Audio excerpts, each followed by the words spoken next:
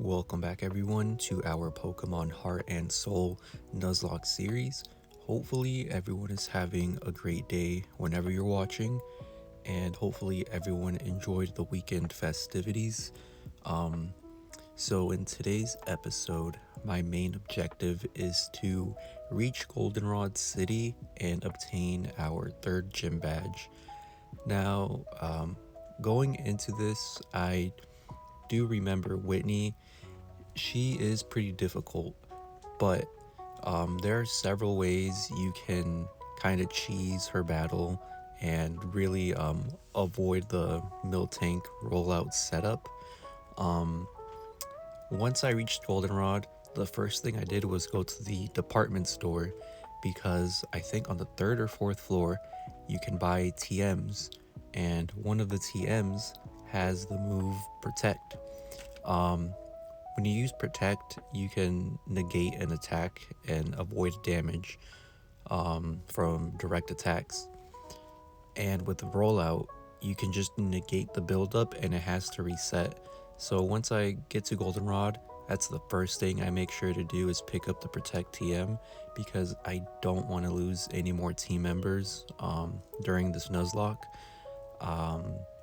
And afterwards, I explore the routes surrounding Goldenrod and Goldenrod City because there are some battles that give you pretty good EXP, and I will need as much EXP as possible before challenging Whitney.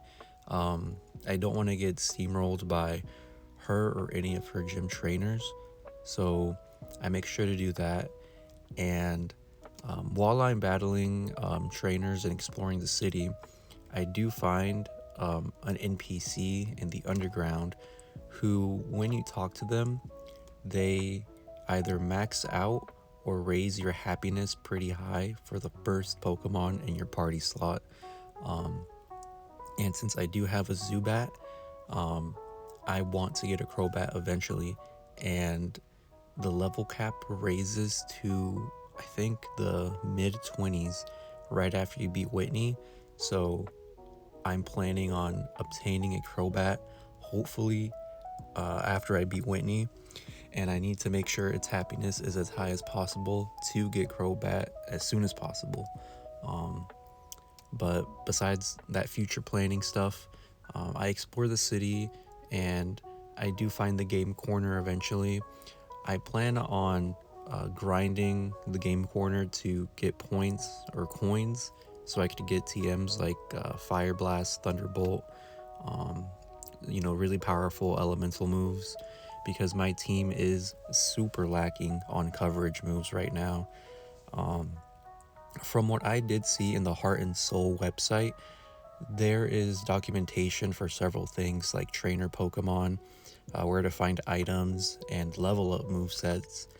And from what I've seen, the level up movesets in this game tend to very closely resemble the level up movesets from Generation 7. So with that in mind, I am having a more easier than usual time with movesets, but I'm still lacking coverage because the Pokemon available aren't exactly like the most amazing choices. But I'm pretty sure that'll change as time goes on.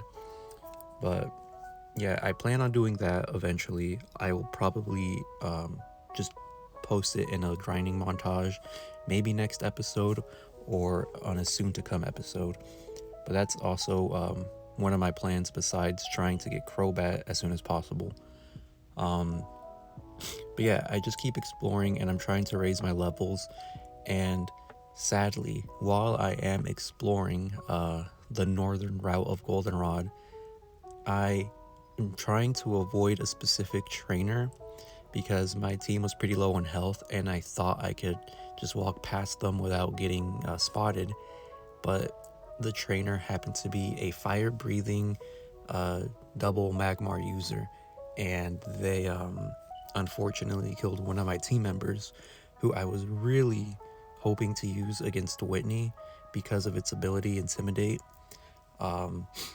RIP, I really wish I could have used it, but that's on me for not going back and healing. But yeah, after that, I do find a nice TM, Rock Tomb, and Rock Tomb lowers speed and will come in handy in future battles. I don't have any team members that can learn it just yet, but it would be nice to have rock coverage on the team. But yeah, right now I'm just grinding levels, and soon you'll see the trainer I'm talking about.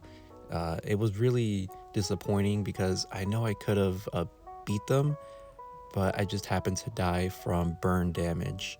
If it wasn't for the burn damage, all of my team members would have still been alive. Um, but unfortunately, it did happen that way. But yeah, right now I'm just behind the scenes, still shiny hunting. I'm still grinding the battle tower and emerald for the streak that ended yesterday. That was really a letdown, but it happened in such a funny way. I do plan on putting more time into the battle tower than shiny hunting, just because I want to recuperate my streak. It wasn't that high compared to other streaks I've seen online, but it was my first time getting to that level on this channel. So hopefully I can get back there soon and keep trying for my gold symbol.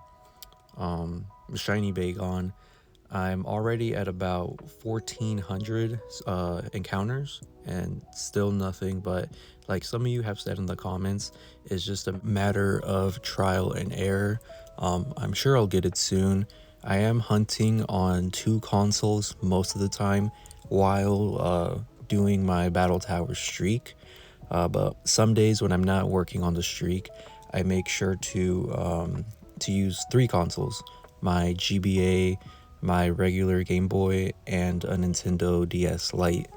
On those days, I tend to get way more encounters in, and I do hunt an extra hour to about 3 hours a day. But on average, it's just 2 consoles for 2 hours a day when I'm not doing anything else. And if I just keep it up, I'm sure I'll get it. With Shiny Bagon, I am using Synchronize in my Emerald, hoping to get a Jolly Nature so I can outspeed things in the Battle Tower. I've done some research on a Salamence build. I do want to do a Choice Band build for Salamence, but it all depends if I can outspeed certain things. Otherwise, it wouldn't perform very good. I was hoping to do Dragon Dance on Salamence, but that's an egg move, and I don't want to breed eggs in Generation 3 for shinies, simply because it's such a long process. And if I'm having this much trouble with encounters, I can only imagine how long it would take for egg hatching. But those are my plans for Bagon, to find a fast, jolly natured Bagon, so I can build a choice banded Salamence set. I would be open to any other recommendations on a possible Salamence build. I have seen on Smogon some people go for a special attacking Salamence, but I haven't seen anywhere where that produces good results. But it is interesting just to think about. But yeah, right here, I'm almost at Whitney, and so far, my Raticate is really carrying the team with Hyper Fang. It's very good for an early game Pokemon. It evolves pretty early, and it hits pretty hard. This Raticate has Guts, so if I was poisoned, burned, or paralyzed, I would be doing insane damage. I know Raticate falls off eventually, but I'm really enjoying the mileage I'm getting out of it right now.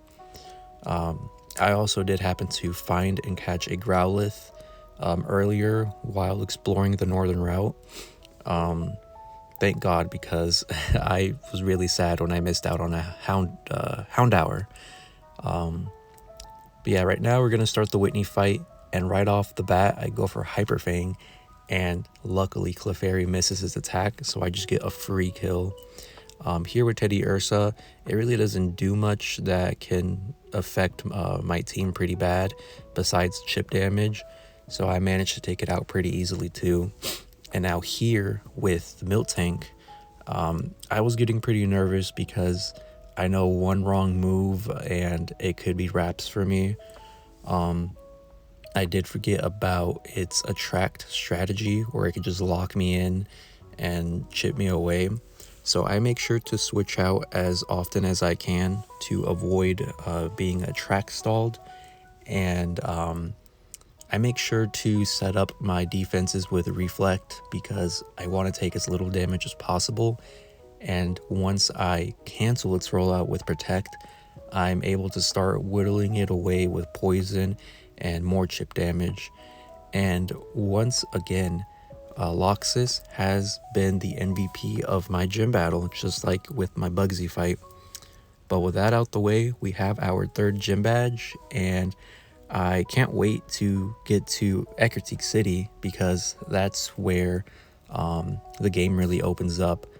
But without anything else to share, I hope you guys have a great rest of your week, and thanks for watching.